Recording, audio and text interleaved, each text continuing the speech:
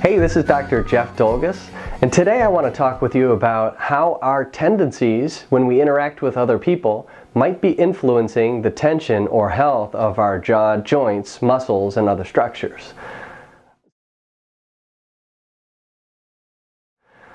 So about 15 years ago, I remember hearing a story from an older, wiser dentist about how when he would run through the park a couple times a week, he would notice that some people would acknowledge him and smile and say hello, and other people wouldn't. Other people wouldn't even give him a glance. So he told the story that he would go around the park, and with each loop, he would be increasingly animated when he would try to get these people's attention. And some people just would refuse to look at him. The story always stuck with me because since that time, and this was about 15 years ago, I've been paying attention to that myself. Do people tend to look up and say hello and smile when I pass them on a sidewalk or in a hallway? And what I think I've noticed over the last 15 years or so is there seems to be a decreasing tendency to interact with people in that way. Now, think about 15 years ago what cell phones were like. We didn't have the level of distraction with these handheld devices that we do today. So when somebody would look down then, it was just glaringly obvious that they were trying to not interact with you.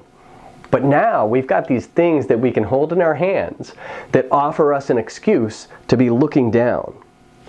Now, looking down is a dangerous position to be in predominantly for the muscles in the back of your neck, but also for the muscles in the front of your neck. Now, some of those muscles in the front of the neck connect with the jaw. And if they get tight here, it has a tendency to pull the jaw back, close off the airway, and make it difficult for us to do things like breathe, swallow, and chew food.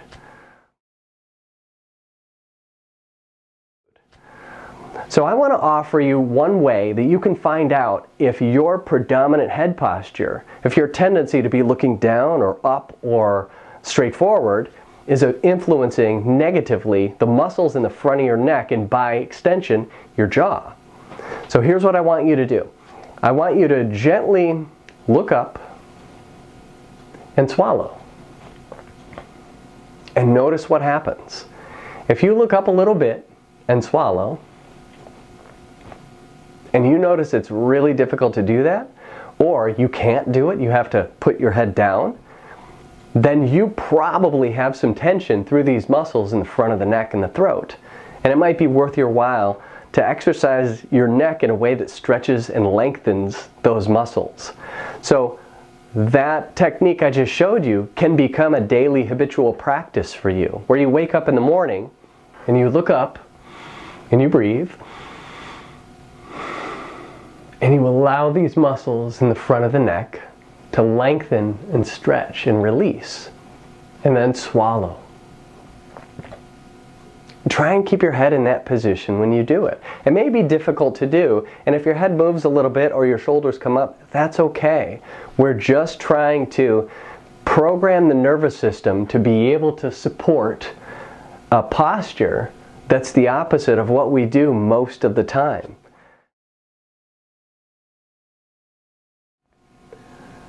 Now, the second characteristic of interpersonal communication when we're passing somebody on a sidewalk or in a hallway is the smile.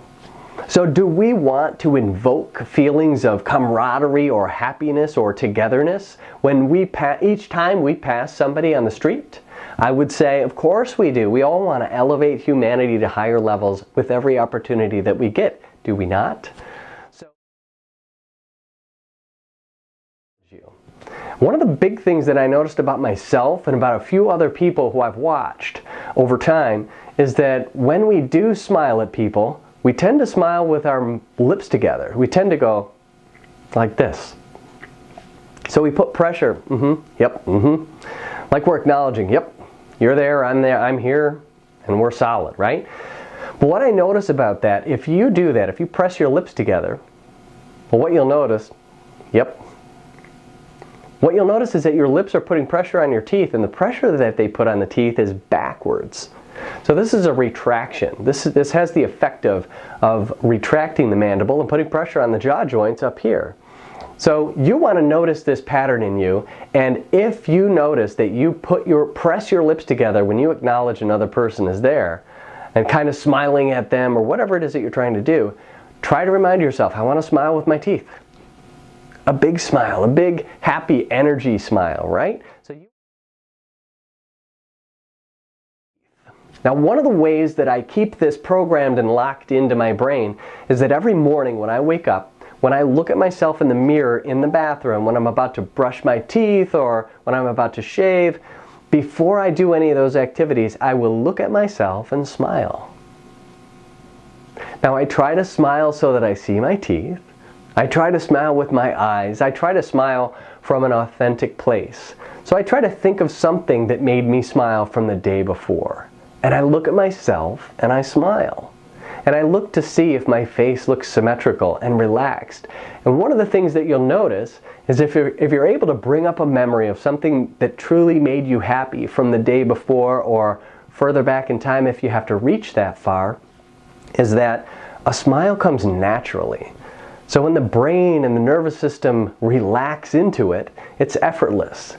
It doesn't require a lot of work or effort in order to create that facial expression. And our facial expressions, all those muscles that engage when that happens, it also influence the mobility, the movement, the positions of our jaw. So every morning, if you'd like to engage with this exercise, look at yourself in the mirror. Take a few moments to remember something from the day before that made you smile. And acknowledge yourself. Practice it with yourself first and see if that carries over into your interpersonal communication with the people you run into that day. I'm Dr. Jeff Dolgus, and I hope you've enjoyed this TMJ tip. I'll look forward to talking with you again in the future. Take care.